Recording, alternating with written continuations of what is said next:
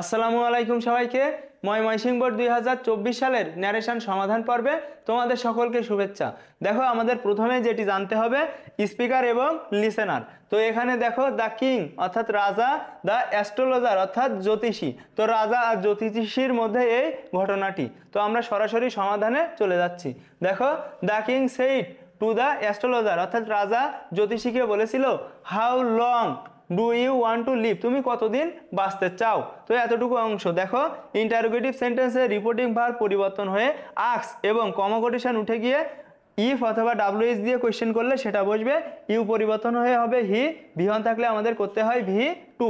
তাহলে আমরা বলতে পারি দেখো the king asked the astrologer how long, how দিয়ে প্রশ্ন করা সেজন্য হাউ লং।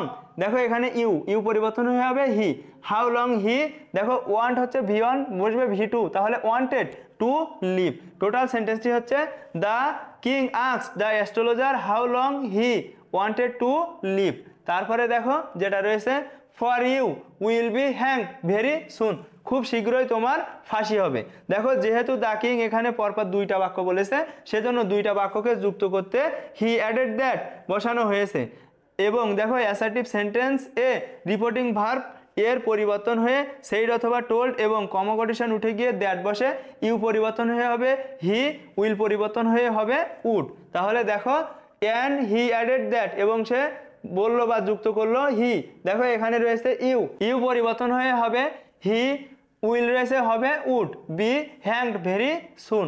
তো তারপরে যেটা রয়েছে দেখো looking at the sky the astrologer said অর্থাৎ আকাশের দিকে তাকিয়ে জ্যোতিষী বলল মাই লর্ড হে জাহাপনা the positions of the star declare that অর্থাৎ তারাগুলোর যে অবস্থান সেটা ঘোষণা করছে যে I will die only a week before your majesty, আপনার মৃত্যুর মাত্র এক সপ্তাহ আগে আমার মৃত্যু হবে।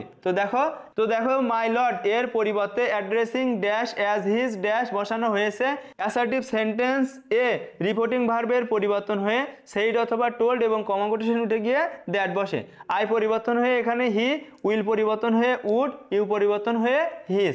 তাহলে দেখো looking at the sky and addressing the king as his Lord.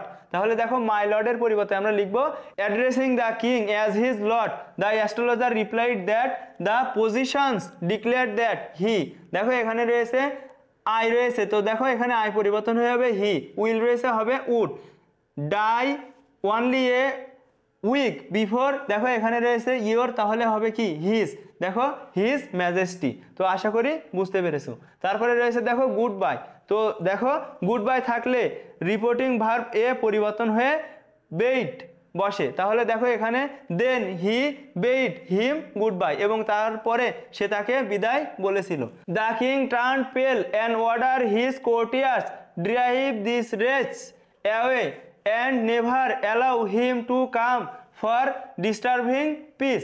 দেখো রাজা ফ্যাকাশে মুখ নিয়ে তার প্রজাদের বলল এই বদমাইশকে বা এই খারাপ লোকটিকে এখান থেকে তাড়িয়ে দাও, সেজন্য এখানে কখনোই শান্তি নষ্ট করার জন্য না আসতে পারে। তো দেখো এতটুকুর এর জন্য আমাদের যে নিয়মটা লাগবে দেখো ইম্পারেটিভ সেন্টেন্সে রিপোর্টিং ভার্ব পরিবর্তন হয়ে অর্ডার রিকোয়েস্ট অথবা টোল্ড অ্যান্ড অর্ডার হিজ কোর্টিয়াস সে তার প্রজাদের বলেছিল টু দেখো ডিরাইভ। তো ইম্পারেটিভ সেন্টেন্সে কমোকোটেশন উঠে গিয়ে বসে টু, তো টু ডিরাইভ এখানে দেখো দ্যাট কারণ ওখানে রয়েছে দিস পরিবর্তন হয়ে হবে that race away and never allow him to come for disturbing peace. অর্থাৎ টোটাল সেন্টেন্সটি তাহলে কি হচ্ছে the king turn pale and ordered his courtiers to derive that race away and never allow him to come for disturbing piece.